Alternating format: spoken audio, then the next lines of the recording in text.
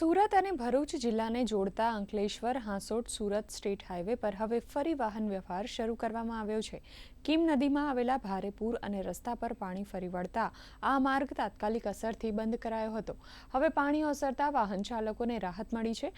તંત્ર દ્વારા સમગ્ર માર્ગનું નિરીક્ષણ કર્યા બાદ માર્ગ ખુલ્લો કરાયો હતો।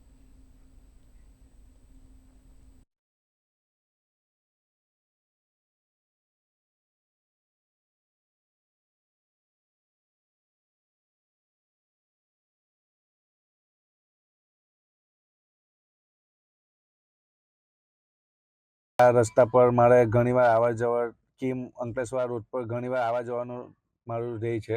બાય હાંસોટથી આવવા જવાનું રહે છે, પણ હવે આ પેલું વરસાદને પાણીના હિસાબે આ રસ્તા પર પાણી ઘણું હતું, પણ હવે સારો રસ્તો ચાલુ થઈ ગયો છે। અંકલેશ્વર સુરતને જોડતો સ્ટેટ હાઈવે છે।